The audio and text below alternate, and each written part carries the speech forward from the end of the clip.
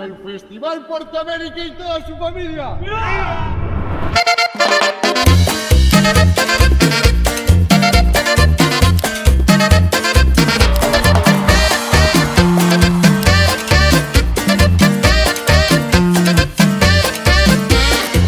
Cada mañana me salgo de la cama, me quito mi pijama y me tomo mi café. Voy a la ducha, de ahí salgo bien trucha, me pongo mi cachucha y me tomo otro café. Salgo a la calle buscando mi detalle para que se apantalle y le invito otro café.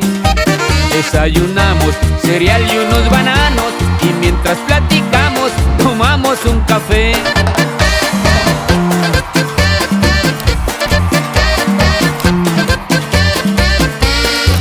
Voy al trabajo, no lo hago de relajo, por eso no me rajo de las 9 a las 6.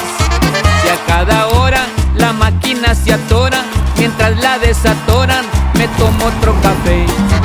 Las horas pasan y ya rumbo a mi casa me encuentro con Tomasa y vamos al café. Luego mal noche, a casa tomo un coche, de amor hago derroche tomándome un café. ¿Cafecito, compadre Eduardo? Sí, pero sin azúcar.